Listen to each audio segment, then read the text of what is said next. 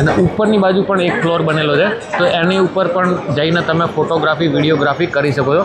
અને મોસ્ટલી અહીંયાના લોકો દૂધ બહુ રાખતા હોય છે. દૂધનો પ્રોડક્ટ બનેલો તમને મળી જશે, ચીઝ, અલગ અલગ પ્રકારની લસ્સી જેવો અને એ બધી વસ્તુ. આ જો તમને અહીંયા પણ આ જ વસ્તુ દેખાશે.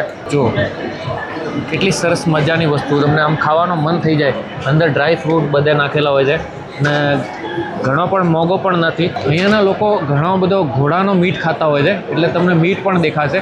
એટલે આ બાજુ હું નહીં જતો, અહીંયા આખો મીટની દુકાનો છે અને વેપાર કરતી મહિલાઓ દેખાશે, કેમ કે મોસ્ટલી અહીંયાના મહિલાઓ શાદીવાદી કરે છે પણ છૂટાછેડા થઈ જાય પછી બીજી વાર શાદી નહીં કરતા.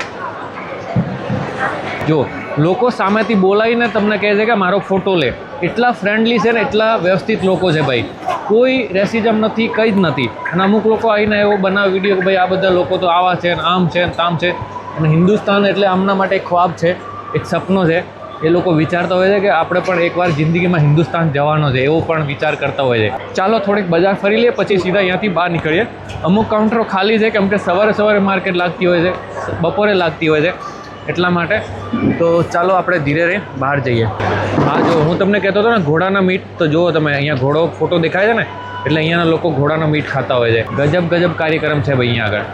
આ ચોરસુ બજારમાં ઉપર પહેલા માળે જ્યારે આવીએ, આ નીચે તમે માર્કેટ જોઈ શકો છો.